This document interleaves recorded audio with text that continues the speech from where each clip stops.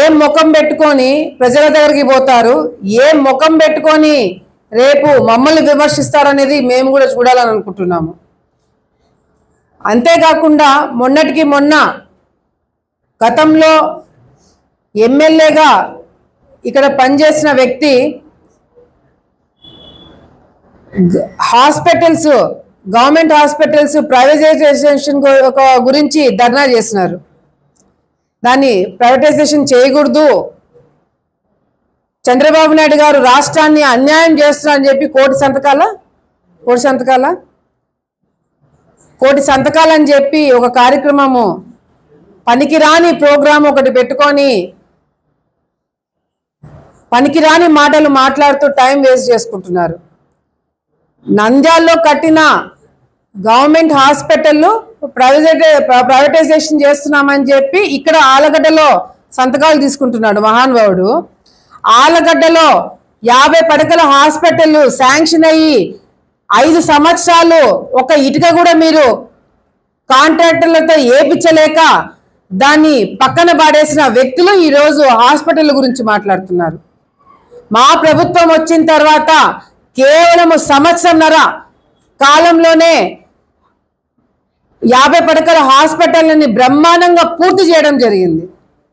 December 16 దాన్ని opening పెట్టడం జరుగుతుంది. మరి ఈరోజు దాని గురించి ఎవరు మాట్లాడట్లేదు. అంతేకాకుండా ఈరోజు ఎవరైతే విమర్శలు చేసి కోటి సంతకాలని చెప్పి మాట్లాడుతున్నారో వాళ్ళు ఏ రోజైనా ప్రజా సమస్యల గురించి ఆలోచించింటే మీరు అధికారంలో ఉన్నప్పుడు ఈరోజు మీకు ఈ పరిస్థితి వచ్చేది కాదు.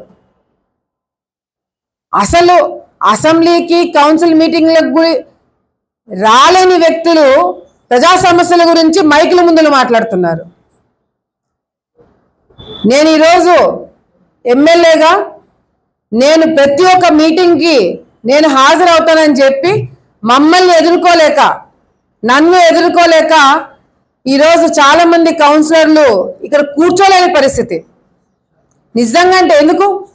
మా వాళ్ళు గతంలో ఉండినారు, ఒక్కరో ఇద్దరో ముగ్గురు కౌన్సిలర్ తెలుగుదేశం పార్టీ గతంలో ముగ్గురు కౌన్సిలర్లు ఉన్నారు. అందులో ఒకరో ఇద్దరో వచ్చేవాళ్ళు. ప్రతి ఒక్క మీటింగ్లో మా కౌన్సిలర్ మాట్లాడినారు కదా. మా వాళ్ళు ముగ్గురే ఉండే, అప్పుడు ముగ్గురే ఉన్నా కూడా ఆ రోజు మీటింగ్లలో మా వాళ్ళు మాట్లాడినారు. ఈరోజు ఏమైంది? ఈరోజు మీరు ఎదుర్కోలేని పరిస్థితి వైసీపీ నాయకులకు ఉంది అంటే తప్పు మీ వైపు ఉంది, ప్రజలు మీ వైపు లేరు కాబట్టే మీరు ఈరోజు ఈ మీటింగ్లకు కానీ అసెంబ్లీకి కానీ మీరు రాలేకపోతున్నారు.